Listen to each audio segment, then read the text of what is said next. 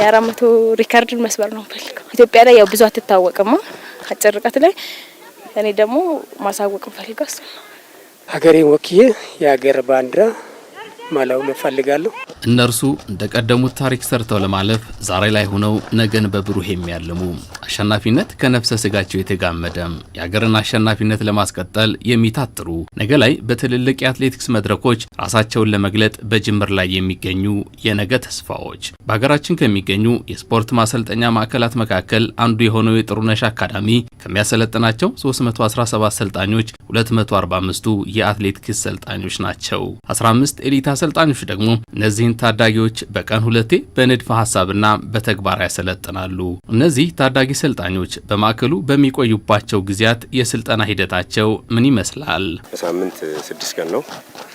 ከዛ እንደየፊልዱ ደግሞ በስልጠናዎቹ የጂም ስራ አለ፣ የዚህ ሜዳ ላይ ትራክ ላይ ስራ አለ። የተለያዩ ለኢቨንቱ የሚያስፈልጉ ስራዎች እየተሰሩ ያሉበትና አሰልጣኙም በሞራል እና በትጋት እየሰራ ያለበት ሁኔታ ነው ያለው። ለእያንዳንዱ ስፖርት አይነት የሚያስፈልጉትን አትሌቶች ወይም ሰልጣኞች በመመልመል ከዛ ነው የሚጀምረው። ከዛ ጀምሮ ልጆቹ የሚያስፈልጋቸውን ነገሮች በማሟላት በዛ መልኩ እየሰለጠኑ ይገኛሉ። ዓለም ኢትዮጵያ የማይነጥፍ የአትሌቲክስ መፍለቂያ ነች እንዲል እነዚህ በጥሩነሽ አካዳሚ የሚሰለጥኑ ታዳጊዎች በተለያዩ ርቀቶች ነው እየሰለጠኑ የሚገኙት። ከተለያዩ የሀገራችን ክፍሎች የተወጣጡ ታዳጊዎቹ ወደ አካዳሚው የገቡበትን ወቅት አስታውሰው በማዕከሉ መግባታቸው ያገኙትን ለውጥ እንዲህ ይገልጣሉ።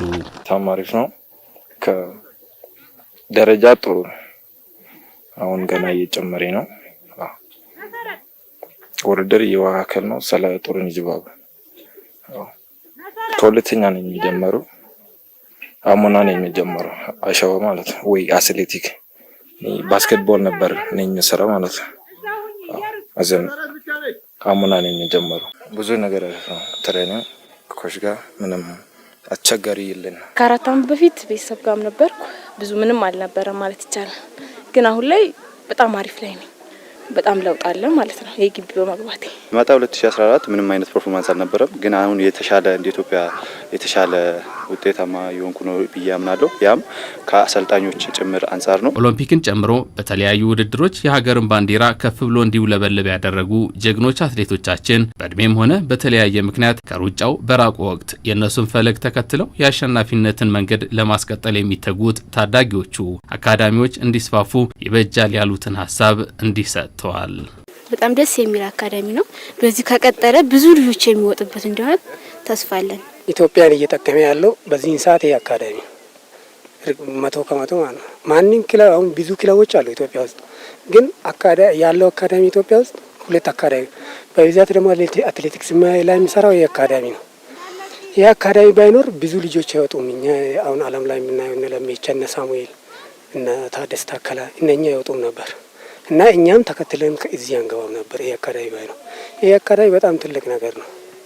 እንደውም ከክለብ በላይ አካዳሚ ቢበዛ ለአትሌት ተሻለ አስተዋጽኦ አለው ብዬ ነው የማስበው። ገና ጀማሪ አትሌት ስለሚያሰነጥል አንደኛ በስነ ልቦና ጠንክረህ ትወጣለህ። ለውድድር እንዴት መዘጋጀት እንዳለበት ብዙ ነገር እዚህ ተምረህ ስለምትወጣ ብዙ አስተዋጽኦ አለው ብዬ ነው የማስበው። እኔ እዚህ ስንሆን ደግሞ እረፍት የምናደርግበት ሰዓት አለ፣ ምግባችን በስነ ስርዓት የምንወስድበት ሰዓት አለ፣ የስልጠና ሰዓት አለ። በዚህ ሁሉ መሀል ደግሞ ውጤት ይመጣል ማለት ነው።